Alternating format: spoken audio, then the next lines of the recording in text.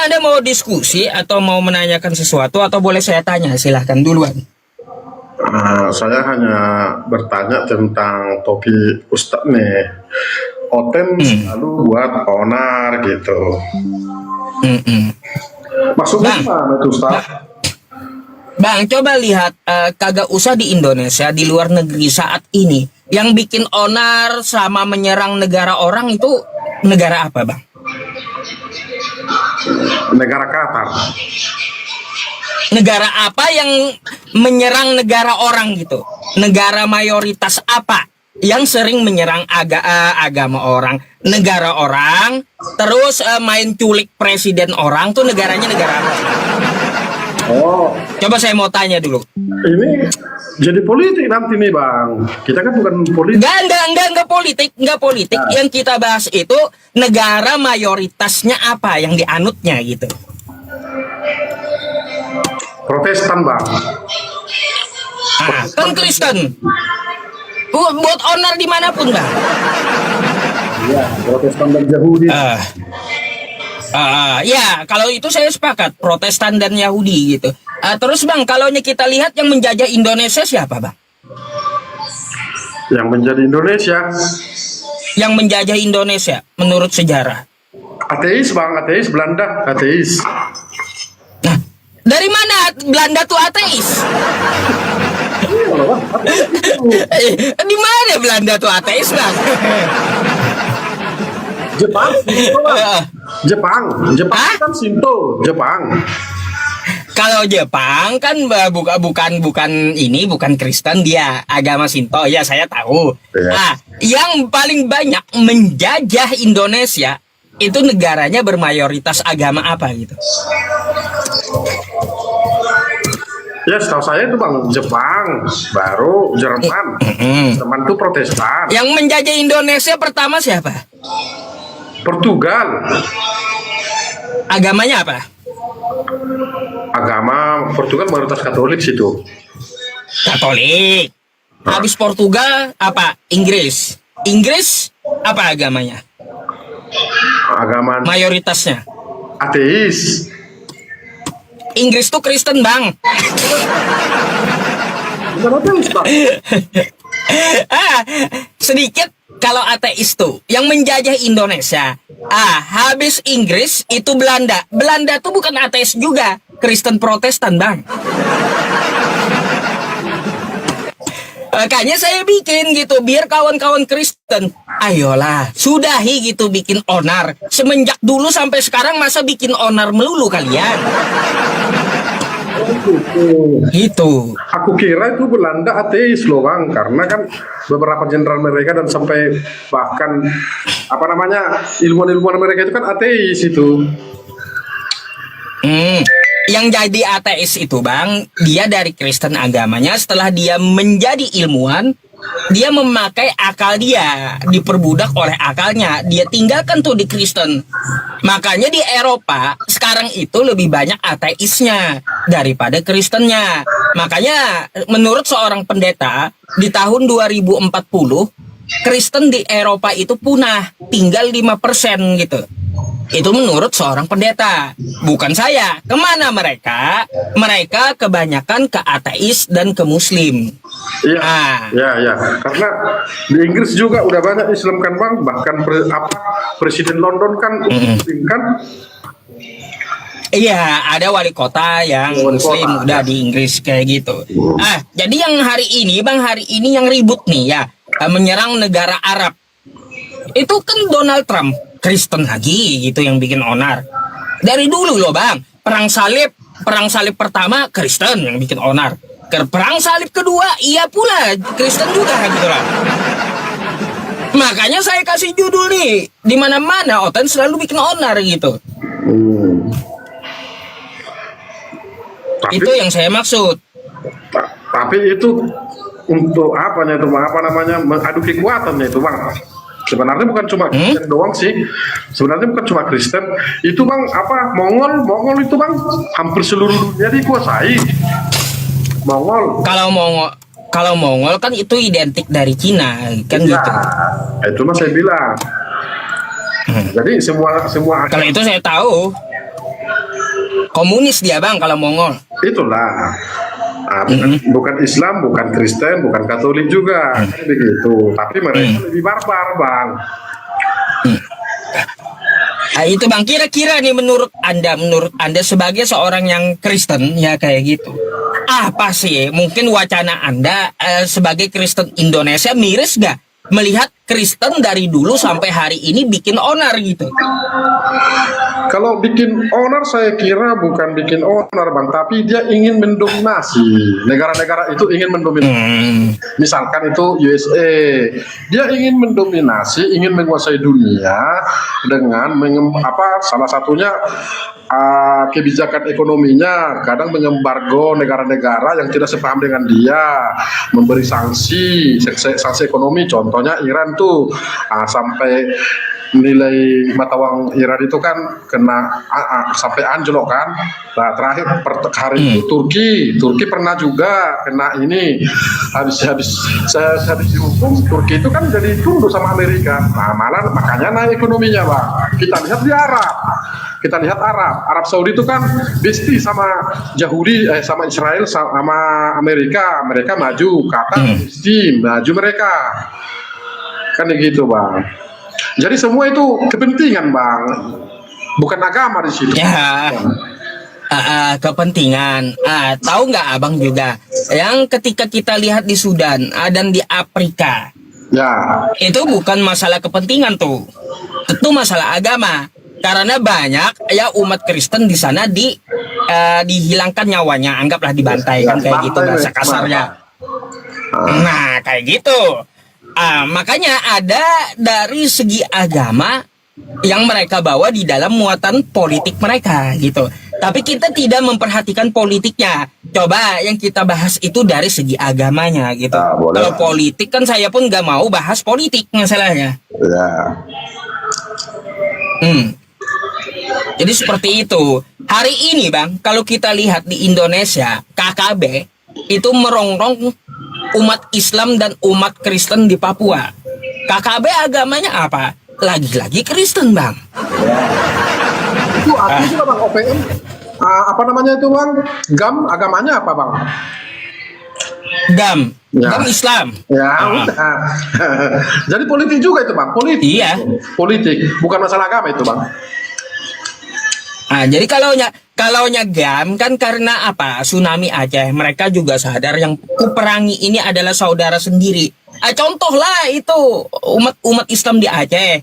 Yang KKB, yang kuperangi ini juga umat Kristen dari saudara seagama. Tapi enggak, tetap aja sampai dari dulu sampai sekarang merongrong gitu. Ya banyak sih, bang, dari Kristen, bahkan suster di Tegal orang itu, mohon maaf ya. Ada pembesar agama Katolik juga ditembak orang itu. Mereka nggak peduli mau agama apa. Yang penting kalau nggak sepaham sama mereka bantai juga, bang. Itu yang kita berita ya. Nah, jadi gini, bang. Yang saya pengen tahu, mereka ingin mendominasi ini apakah dari segi ajaran Kristen gitu, atau seperti apa? Bisa nggak Anda jelaskan? Dari segi freedom, bang, kebebasan mungkin. Kalau saya pandang itu kebebasan, bang. Kebebasan dalam bernegara, mereka ingin memisahkan diri, kan begitu, kan itunya. Yang kedua, organisasi bersenjata ini kan itunya, tujuan orang itu untuk ini memisahkan diri dari NKRI kan gitu. Sementara di dalam undang-undang kita nggak boleh, bang. Iya, nggak boleh. Jadi seperti itu, bang. Kalaunya ada bisa menunjukkan data, enggak. Ini bukan dari agama Kristen, ibaratnya mayoritasnya, tapi agama Islam, tunjukkan datanya sama saya, kan kayak gitu.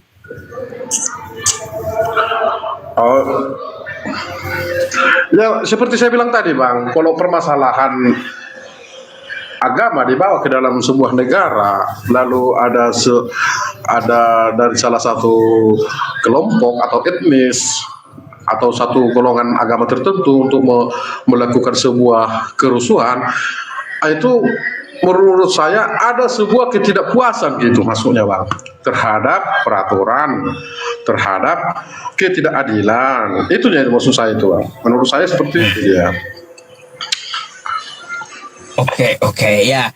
Ya, saya masih mencari bantahan yang mungkin bisa ada datanya gitu, menunjukkan bahwa judul yang saya bawa tuh salah gitu. Gitu loh Bang. Jadi seperti itu aja sih. Kalaunya kita membahas dari agamanya, mungkin apakah Anda ada pertanyaan terhadap Islam? Atau kita bahas dari doktrin agama nih, dari kitab gitu.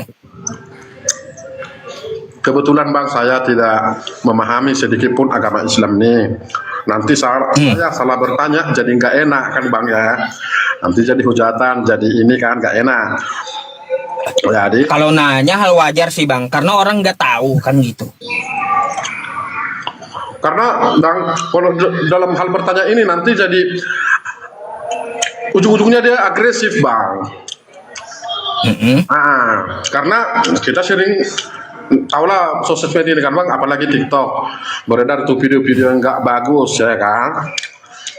Nanti terpikir ke sana ranahnya, jadi nggak enak, nggak bagus gitu Bang. Jadi perlu saya ketahui itu aja Bang. Saya hanya ingin bertanya ringan-ringan aja Bang.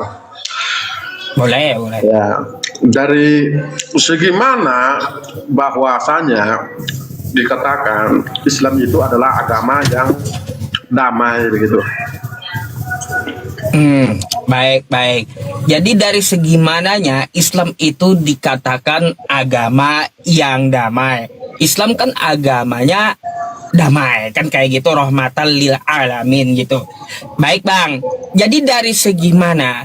Dari segi ajaran. Ajaran itu ya ada pemeluknya. Pemeluknya bisa melanggar ajarannya sendiri. Jadi bukan sebuah agama itu dilihat dari penganutnya, tapi dari ajarannya. Lalu seperti apa Islam mengajarkan? Contoh tentang masalah akidah, kita akan merujuk ke dalam Quran surah Al-Kafirun gitu. Qul ya ayyuhal kafirun, katakanlah hai orang-orang kafir, la a'budu ma ta'budun. Aku tidak akan menyembah apa yang kamu sembah. Wala antum abiduna ma'abud. Kamu tidak akan menyembah apa yang kami sembah. Terus ayat terakhirnya kan lakum dinukum waliyadin. Bagimu agamamu dan bagiku agamaku. Jadi silakan jalankan agama Anda. Kami tidak mencampuri. Dan kami juga menjalankan agama kami tanpa dicampuri oleh di luar agama Islam. Tetapi bagaimana Bang? Ya, ketika agama Islam diusik atau dicampuri oleh di luar agama Islam, maka kami punya prinsip gitu. Jadi agama Islam itu tidak akan memulai kalau dia tidak dimulai. Jadi prinsipnya seperti itu. Ada juga Bang ya di dalam Al-Quran itu, Quran surah Al-Mumtahanah di ayat ke-8, la yanhakumullahu 'anil ladzina lam yuqatilukum fid din. Allah tidak melarang kamu, hai umat Islam, berbuat baik dan berlaku adil kepada orang-orang di luar agama Islam yang tidak memusuhi kamu. Gitu. Jadi ada prinsip.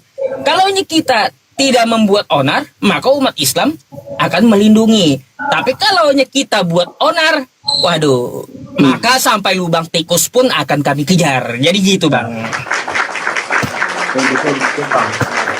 Berarti dari penjelasan Abang ini bisa kutangkap Bang bahwasanya agama Islam itu memang benar-benar agama damai ajarannya. Tetapi Bang, yang saya lihat itu, yang kita lihat lah Bang ya, banyak itu kelompok-kelompok ekstremis mengatasnamakan Islam. Apa pendapat Abang tentang hal itu? Contohnya Boko Haram, Al-Qaeda, ISIS. Apa pendapat Abang tentang itu? Bang, tadi kan saya menjelaskan agama Islam itu damai dari segi ajarannya, mengajarkan kedamaian, bukan dilihat dari penganutnya. Nah, gitu. Kalau Al-Qaeda kan penganutnya yang bikin onar. Al-Qaeda penganutnya, yang mengaku ekstremis itu penganutnya yang ngaku dirinya Islam, padahal dia bertentangan dengan ajaran Islam gitu. Maksud saya gini Bang, apakah ada mobilisasi di belakang mereka atau pendukung lah saya bilang? Apakah menurut Abang ada pendukung di belakang mereka itu sehingga mereka mampu sampai sekuat itu? Itu maksud saya Bang. Jadi gini bang, kalaunya pendukungnya pasti ada yang mendukung mereka secara finansial. Tetapi kalaunya dukungan secara agama sampai hari ini, ya bang ya sampai hari ini. Contohnya ya ngebom di Bali dulu kan pernah ada kejadian di Indonesia, Ya. atau ngebom di gereja. Ya. Maka sampai hari ini orang-orang ekstremis kayak gitu, saya akan pertanyakan, kau dapat dalil dari mana? Di mana di Al-Quran nyuruh ngebom rumah ibadah orang? Itu malah saya sebagai umat Islam akan balik bertanya kepada mereka.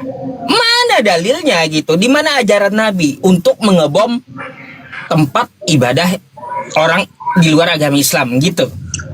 Ya, betul. Jadi gitu. Boleh bang saya nanya sesuatu? Semampu saya akan coba jawab bang, nggak apa-apa bang. Ringan aja sih bang. Yang saya tanyakan sebenarnya gini. Biasanya setiap teman-teman Kristen yang naik, awal yang saya tanyakan kepada mereka yang ngaku Kristen, katanya pengikut Yesus. Itu di mana Yesus menyuruh jadi Kristen bang? Adakah ayatnya? Sebenarnya secara implisit Yesus tidak menyuruh untuk menjadi Kristen. Tapi Yesus menyuruh para muridnya untuk membaptis segala bangsa untuk menjadi pengikutnya, begitu bang. Tapi kalau baik. Itu dulu bentar. Kalau aja kata Anda sendiri Yesus tidak menyuruh jadi Kristen, lalu kenapa abang jadi Kristen gitu loh? Itu lagi yang bikin dia. Jadi gini bang. Kristen itu apa sih Kristen? Kristen itu artinya pengikutnya Yesus bang. Jadi itu dulu ejekan orang Romawi atau Yahudi yang tidak mengakui Yesus sebagai Mesias. Itulah sebagai ejekan tertentu itu bang untuk orang-orang yang mengikut Yesus dibilanglah Kristen gitu, Kristen gitu kan, Kristen. Iya, saya tahu dia Kristen itu dari Antioquia. Cuma sewaktu di zaman Yesus itu tidak pernah ada Yesus menyinggung sedikit pun kosakata Kristen sekalipun gitu lah. Memang betul, ya betul. Itu betul. Apa yang abang bilang itu betul. Tapi Kristen itu ada setelah Yesus sudah naik ke surga. Kenapa itu dibilang Kristen? Itu tadi bang, ejekan orang-orang Yahudi atau Romawi terhadap orang-orang yang mengikut Yesus atau mengabarkan Injil. Itu sebenarnya Kristen itu. Bukankah di kitab Anda Yesus berkata ya dia diutus hanya untuk Bani Israel, bukan untuk Indonesia gitu loh. Betul bang, betul. Tapi perintah terakhir dia kepada muridnya yaitu, lupa saya namanya, entah Petrus atau siapa itu, baptislah seluruh bangsa untuk menjadi muridku. Gitu dia. Di situ bang, kosakata yang sering diajukan kawan-kawan Kristen kepada saya itu ayat. Maka ketika saya kritik itu ayat gini, Yesus itu menyuruh menjadi bangsa murid, kan gitu. Bangsa muridku. Tidak ada di situ Yesus mengatakan jadikanlah seluruh bangsa itu penyembahku. Nggak ada. Lagi-lagi pula bang ya. Lagi pula tidak ada seorang murid itu menyembah guru. Coba Anda lihat di sekolah-sekolah, murid nggak ada yang nyembah guru bang. Ya betul. Ya betul bang. Lalu kenapa Kristen yang katanya murid dari Yesus malah menyembah Yesus gitu loh? Ayo. Itu kalau dibilang menyembah,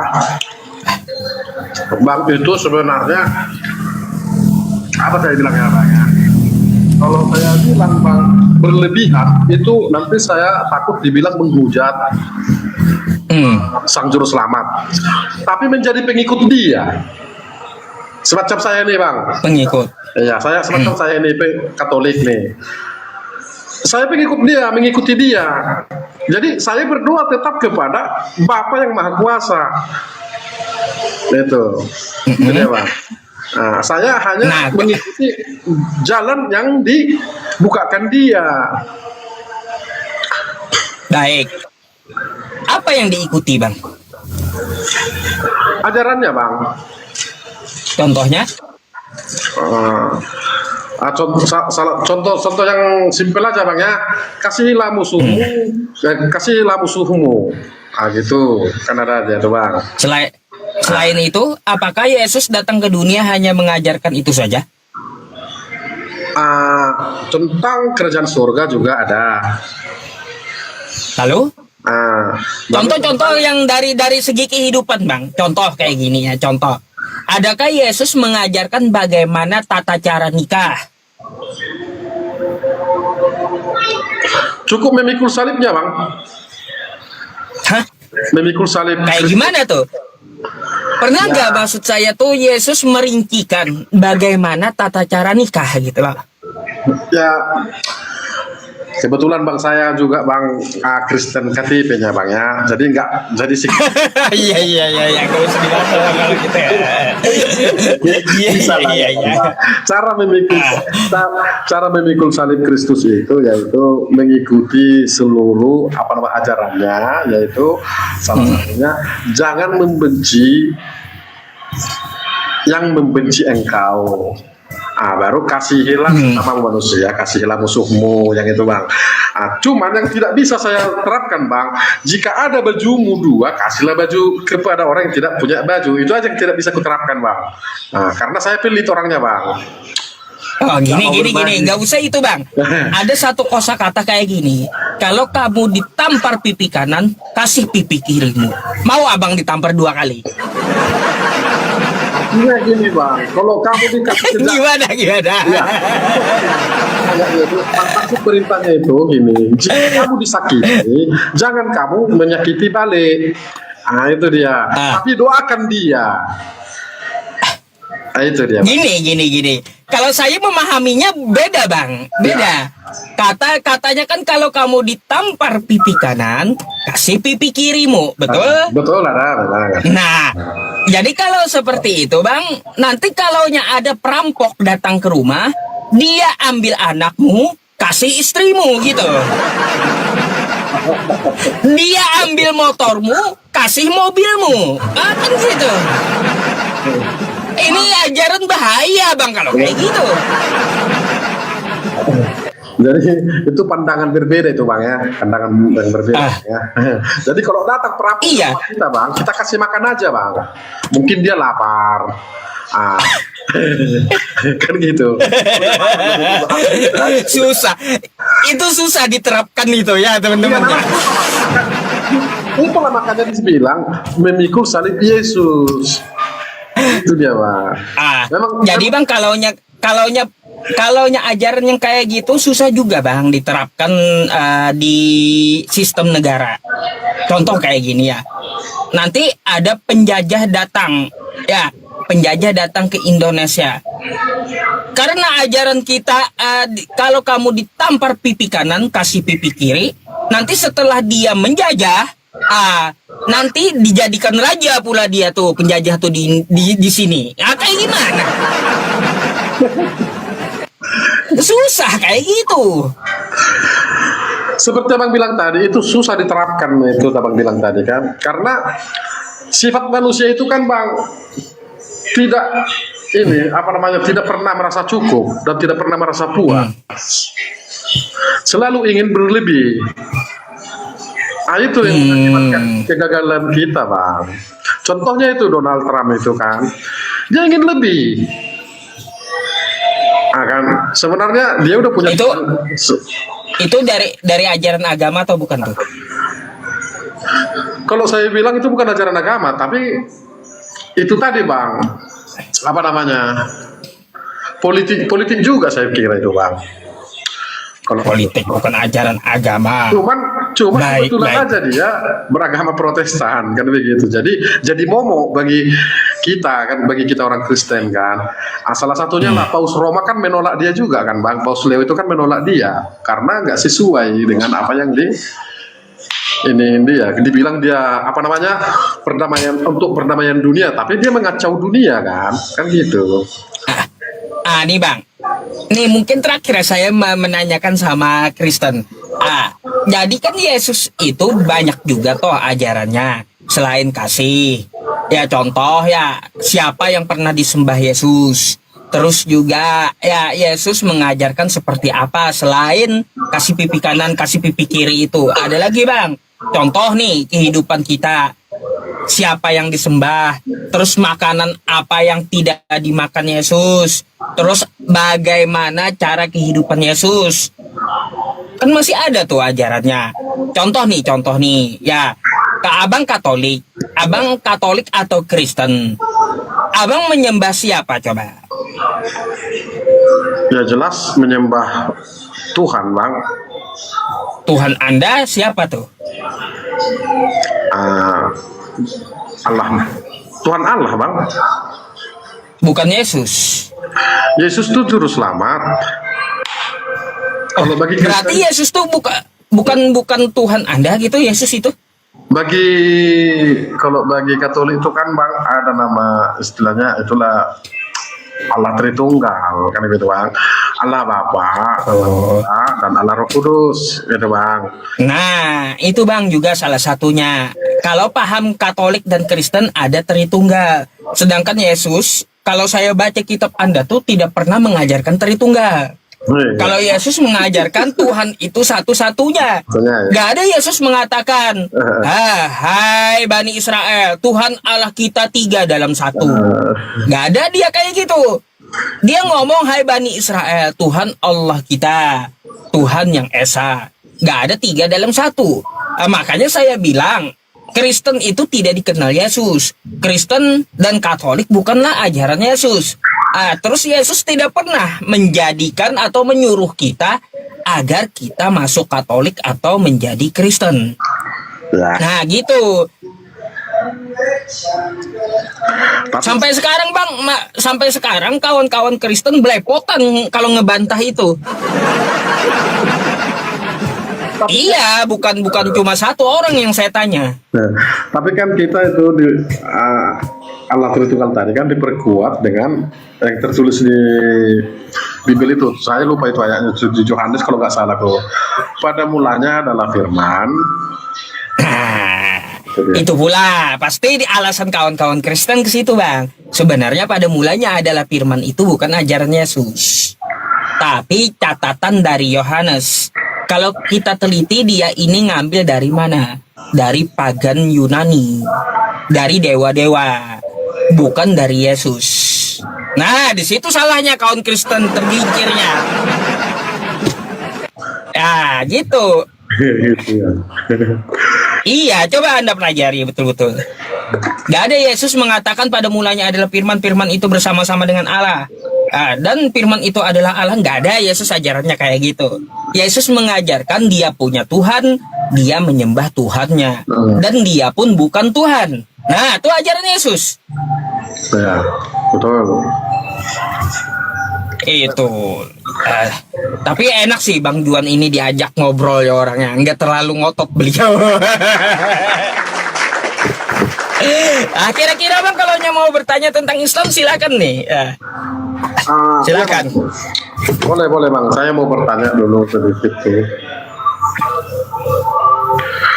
Pada sejak kapan itu Muhammad itu disebut Nabi Bang? Oh, sejak kapan Nabi Muhammad itu disebut Nabi? Ya. Ketika beliau berumur 40 tahun.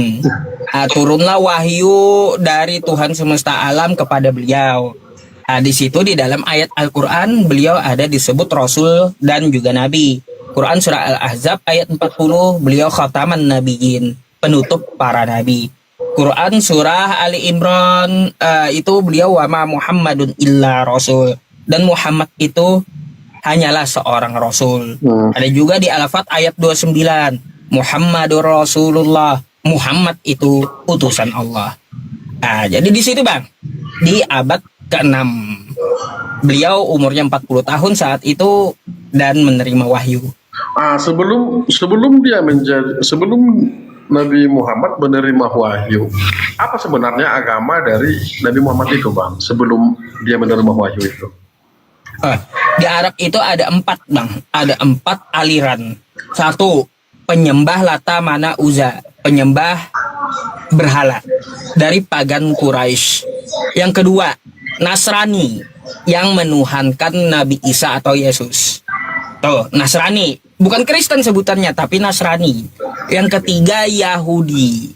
Yahudi dari Khaybar. Itu 3. Yang keempat, itu yang dianut oleh keluarganya Nabi Muhammad, Bani Hashim, yaitu milah Abraham. Tuh.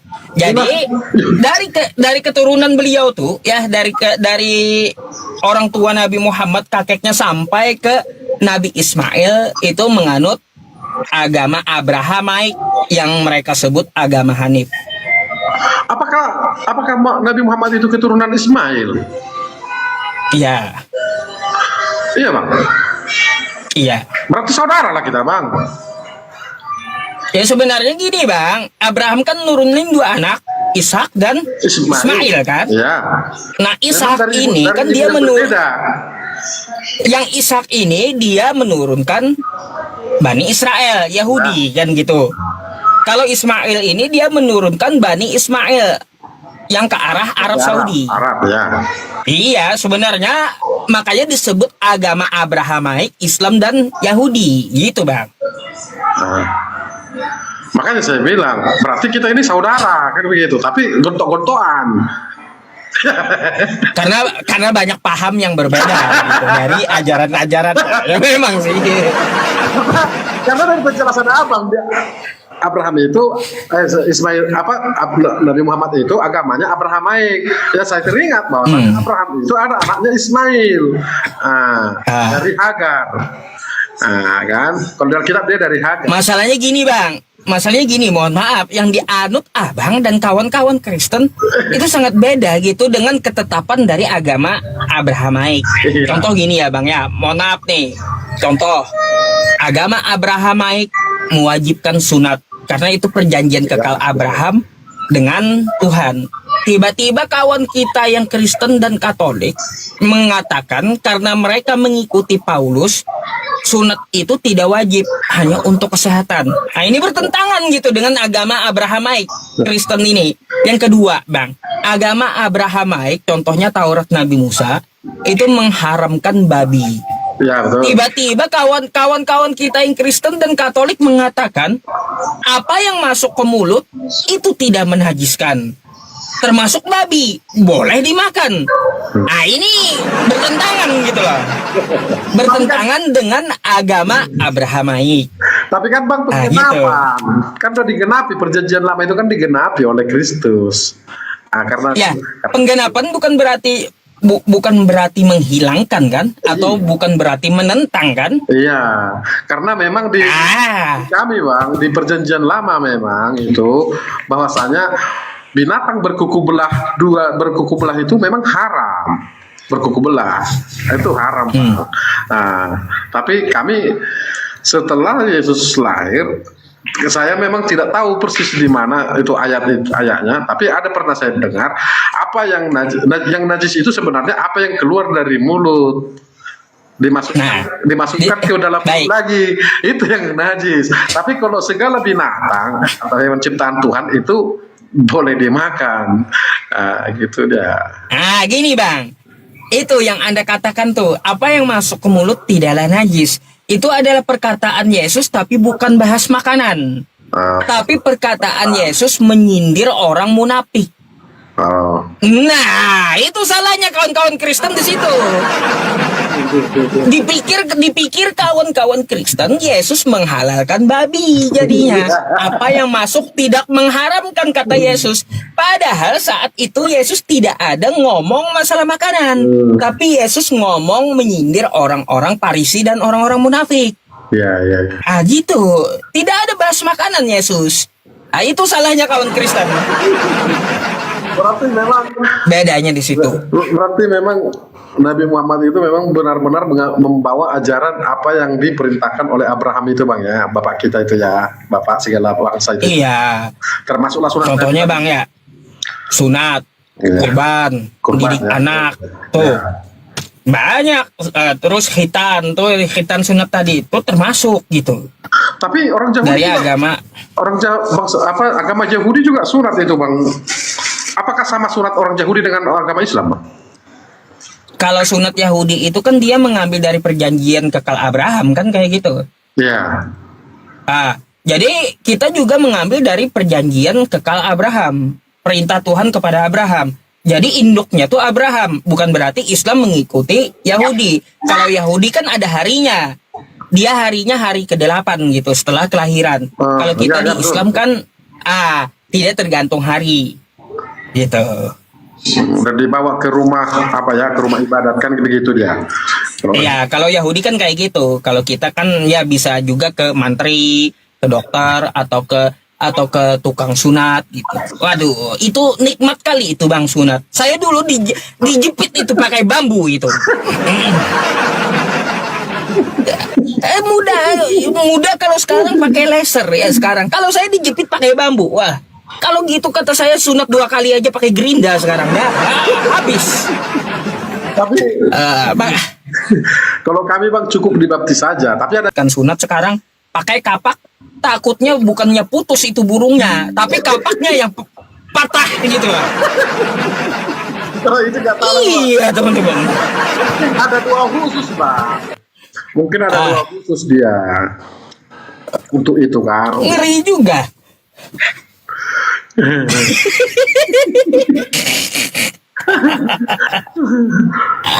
Oke Bang, mungkin ngobrolnya seperti itu. Kira-kira ada lagi ya Bang? Mungkin kawan Kristen kita yang mau antri naik juga mau naik gitu.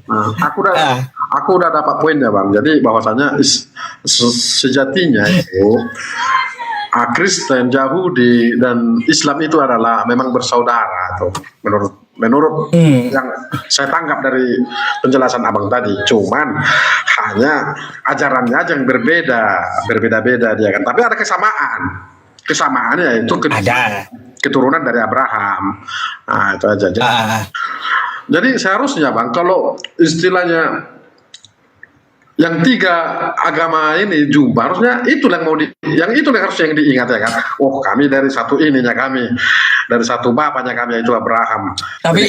Tapi Abang pernah nggak lihat di tempat saya Abang Billy itu dari Yudaisme, dia ya dari Yahudi. Itu dia nggak sepakat dengan Kristen.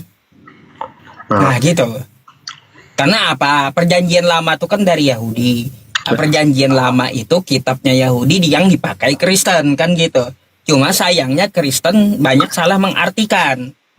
Gitu Bang. Makanya Kristen dengan Yahudi nggak cocok. Gitu. Sama dengan Islam juga banyak nggak cocok Kristen. Contoh babi tadi, sunat tadi, terus yang disembah, konsep ketuhanan banyak gitu bedanya. Ya. Betul. Sama, berarti pas itu Bang. Pak, berarti udah benar yang Abang bilang tadi itu. Kalau ada orang yang mengatasnamakan Islam berbuat ini, itu bukan ajaran Islam, tapi itu individunya. Itu Abang bilang tadi kan. Individunya. Nah, sama seperti di Kristen juga adanya seperti itu Bang. Ekstrim dia, kelompoknya itu ekstrim. Tapi itu bukan ajaran Kristen. Tapi itu individunya. Salah satunya lah Donald Trump ini. Nah ya, kalau saya kurang sepakat dan Anda sebagai Kristen kurang sepakat juga gitu ya. Nah, sepakat kita Bang kalau itu. Bukan ajaran Kristen, tapi itu dia gitu Bang. Merasa tidak puas itu tadi. Iya. Ada lagi Bang, mungkin kawan Kristen yang di bawah juga mau pengen diskusi, mereka juga pengen naik kan, bisa gantian gitu ya. Oke Bang, terima kasih Bang udah mau naikkan Bang ya. Makasih banyak juga ya Bang Juan ya. Oke Bang. Oke, terima kasih banyak. Selamat malam Bang Juan. Ya, malam.